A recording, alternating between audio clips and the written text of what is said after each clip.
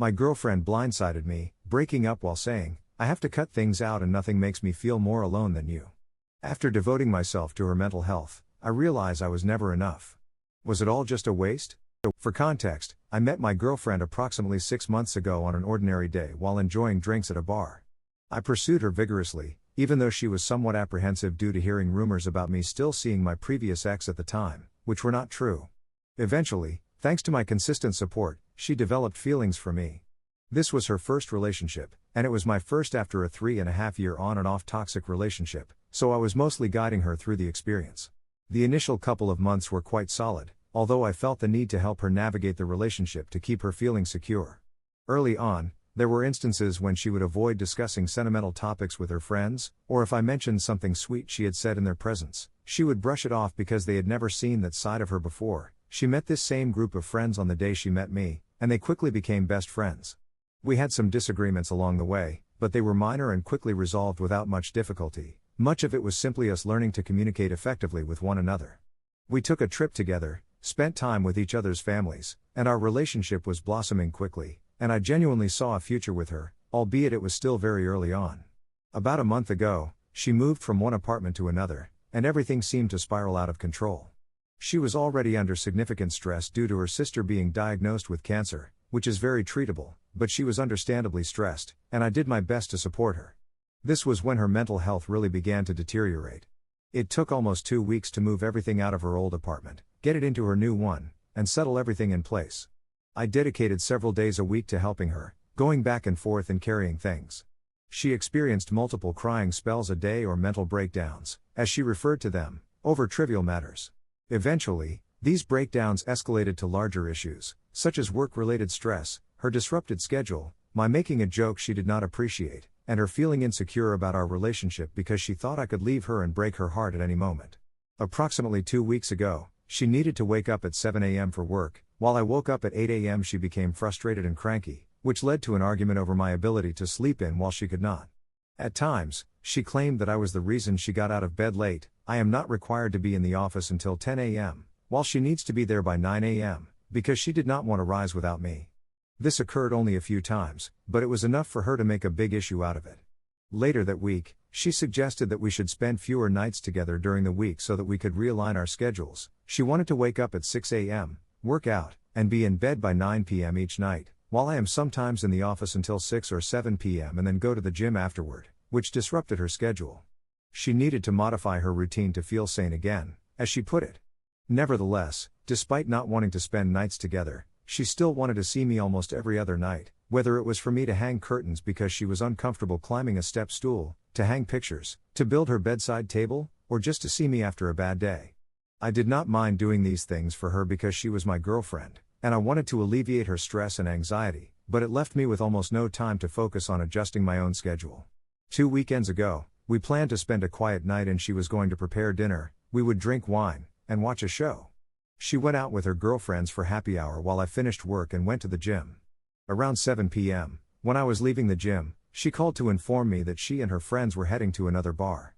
About an hour later, I received a call from one of her friends asking me to join them. They were obviously intoxicated at this point. I went home, showered, and shortly afterward, I received a call from my ex, inviting me to a restaurant with her and her friend along with a friend's date.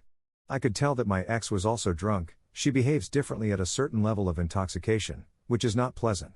Given we already had plans, I decided to meet them at the restaurant for another drink.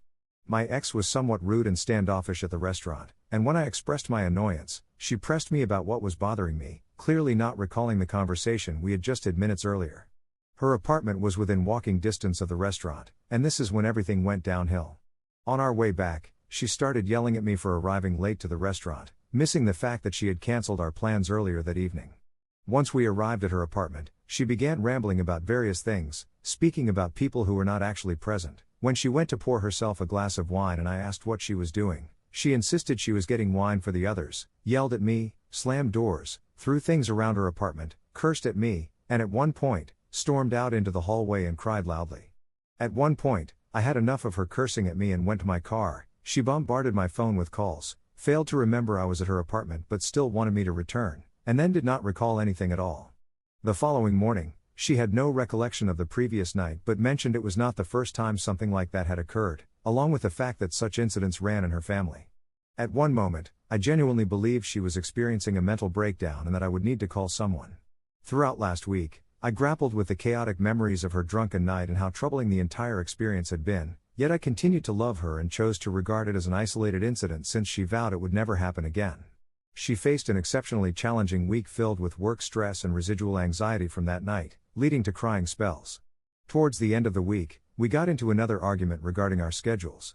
We intended to see each other on Friday, but she went for happy hour with one of our mutual girlfriends instead. They spent 4 to 5 hours drinking, and on their walk back, they felt unsafe. I had my phone set to do not disturb while I was at the gym. My ex tried calling, but it went to voicemail. My phone requires 2 calls to bypass do not disturb. My mutual friend was able to reach me, and I answered, thinking something was wrong. They expressed feeling unsafe, and I could hear my ex rambling in the background about my not answering my phone. We found ourselves in another argument that night, with her stating that nothing made her feel more alone at that moment than my not answering, despite my repeated explanations regarding the situation. Nothing could change her perspective. The following morning, she woke up irritable and took it out on me. She advised me to text her later if I wanted to see her, which I did not catch, and I used that day to reflect on everything. I needed space following the emotional upheavals to regroup and have some time to myself. I should have communicated this, but I did not. That evening, after we had not spoken all day, she texted me, expressing that this was ridiculous, that she was finished, and she stopped sharing her location. We had a 2-hour conversation during which she said many hurtful things, including that no normal person has my schedule and that I would never be successful with it, that most of my friends were lacking, and that they interrupted me continuously whenever I attempted to speak. While she acknowledged she had a tendency to interrupt, she'd never really interrupted me before. She kept hinting at a breakup and expressed uncertainty about whether our relationship would work due to our inability to communicate and our differing schedules, despite not allowing us more than a week to adjust to the new dynamics. She wanted to talk the following morning, but it felt too soon to me. She texted the next morning requesting a conversation on Tuesday at a restaurant, which left me uncertain. She asked again to talk on Monday, and we essentially broke up. She cited my delay in responding regarding when we should talk as the reason for the breakup. She also indicated that, given her current circumstances, she needed to cut things out, and regrettably, despite loving me deeply and considering me her best friend and the most important person in her life, she needed to prioritize cutting me off first.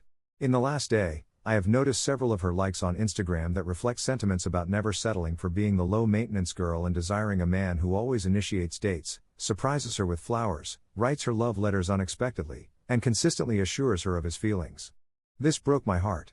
I always prioritized her, placed her mental health above my own, was consistently there for her as a shoulder to cry on, never judged her, nor criticized her after her drunken episode, and dedicated more of myself to her than I had to myself. I had brought her flowers several times, some unexpectedly, gifted her items, surprised her with food, reassured her of my affection, and always did my utmost to lift her spirits when she felt down, yet it was never sufficient. I was genuinely falling for her despite the rough month we endured and felt more for her than I did in my previous relationship. I find myself fixated on the what-if scenarios of how things could have worked out, and it is disheartening. I was caught off guard by this breakup and expected at least a period to work through our issues, especially considering I was regarded as the love of her life and her best friend, and that she envisioned a future marrying me. I understand it's early to think about such things, but she insisted her feelings were strong and intense. She claimed this was the most challenging decision she had ever made and that she would not be okay for a long time. She never gave us a fair chance, and that is what pains me. Should I linger? Should I move on? I know I could have planned more dates this month and likely been more present for her, but it was difficult to continuously prioritize her issues. I was in a car accident last month, sustaining injuries and totaling my vehicle, so I had my own challenges while still trying to put her first. In summary, my girlfriend blindsided me, citing her mental state, depressive episodes, and a disordered life. She has made cryptic posts indicating she will not tolerate low effort in a relationship again, all due to my taking a day or two to consider our situation, and expressing that she deserves someone who prioritizes her, despite the fact that I always did. Story 2. My boyfriend insists I work out, saying, "You said you would, but I struggle with PTSD and depression from an assault." I told him, I need a therapist first, but his pressure makes me cry. He claims, we're a team, but can he really understand my journey? Context: I am a 31-year-old female. I was very active in my mid-20s until I was physically assaulted, which resulted in an injury and post-traumatic stress disorder, and subsequently developed depression because I could no longer participate in the sport I loved, which is running. I use orthotics, wear comfortable running shoes, and do my best to walk longer distances when I can. I choose stairs over an elevator when I feel my body can manage it. I live with constant pain and have accepted that I will have to endure it. I experience significant pain while walking, which affects me mentally, emotionally, and physically. I admit that I struggle with consistency in my physical therapy exercises, and this ties back to my depression. It is challenging to maintain consistency when your mind and body are in conflict. I have been dating my boyfriend, who is 32 years old, for a year now. When we first met, I informed him about my injury, how it occurred, and my experiences with depression and post-traumatic stress disorder. He had a difficult year before we met, during which he faced personal challenges and did not maintain an exercise routine. He is now starting to feel better and is working out daily again. At the beginning of our relationship, I expressed my desire to get back in shape and start exercising again. He appreciated this because it aligned with his goal to stay fit and work out. As time progressed, he frequently asked me to join him in exercising. I was battling my own struggles and explained that I was unable to do so. He would respond, saying, "Well, you said you would. You cannot say one thing and then act differently." I felt guilty for not following through on my commitments, so I agreed to work out with him. I felt relieved when he was inconsistent with his workouts because it meant I did not have to exercise. We would go through a cycle of him asking me to work out, my reluctance, his reminders about my commitment, a brief workout session, and then a halt, repeating the pattern. I grew weary of this dynamic, so I reflected on my avoidance and realized I needed to address my mental health with a therapist before I could focus on exercising. I had previously attended therapy to discuss my post-traumatic stress disorder and depression related to my injury, so I thought I had completed the necessary inner work, but apparently, it was not finished. I conveyed to my boyfriend that I was unable to work out at that time because I required therapy first. It took a while to find a therapist due to transitions between jobs and inconsistent insurance while we were moving across state lines. During that period, he continued to press me about exercising. I repeatedly stated, "No, I have already told you that I need a therapist first." His insistence caused me to cry on a few occasions. I explained that it felt as though he wasn't listening to me when I expressed that I wasn't mentally stable, that I needed help, and that I was working to obtain insurance to find a therapist. I assured him that I was doing my best to move forward. He responded, saying, "I don't like to see you like this, not working out." I replied, "Do you think I enjoy this? Not working out? I used to love it. My mind and body are at odds." Recently, we were spending time with one of our female friends when he suggested to her, "You and my name should go to the gym together." I calmly told him in front of our friend, "No, thank you. I have mentioned that I will do it in my own time." He persisted, and our friend noticed my discomfort, saying, "I do not like to pressure others into going." Later that evening, when we returned home, I expressed that I did not appreciate being pressured during that conversation, as it made me look bad in front of our friend when I declined. I explained that it was uncomfortable because if she asked why I did not want to work out, or why I had my injury, I would have to fabricate a response. I am not comfortable disclosing that I was physically assaulted.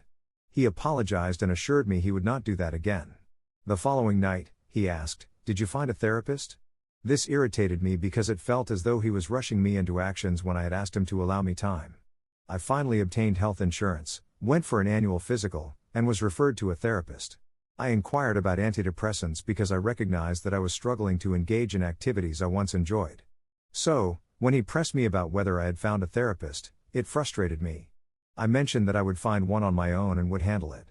He responded, "We are a team, and I do not want you to shoulder this alone." In that moment, I sensed he was frustrated with my pace of progress. He countered that he simply wanted me to make strides toward this goal because it was something we had agreed upon before getting married. Finding a therapist is one of my objectives before marriage. Another day passed, and he suggested I do some exercises, stating it appeared I was losing muscle. I acknowledged that might be true, but I was okay with it. I do not feel ashamed of my body, and I am slender, so I am not unhealthy. I used to have a more athletic build, but I have not exercised in years.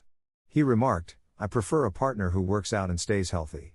I feel like he does not understand that this injury has taken so much from me, and I am taking the necessary steps to improve as I see fit. I simply want him to stop requesting that I work out. Is there an alternative approach for me to convey my feelings to him? Am I being overly sensitive about this issue? TLDR, I am a 31-year-old female with an injury resulting from a physical assault. I suffer from post-traumatic stress disorder and depression due to this experience. My 32-year-old male boyfriend continually asks me to exercise, despite my repeated assertions that I cannot at this time. Is there a different way for me to communicate my needs to him? Am I being too sensitive?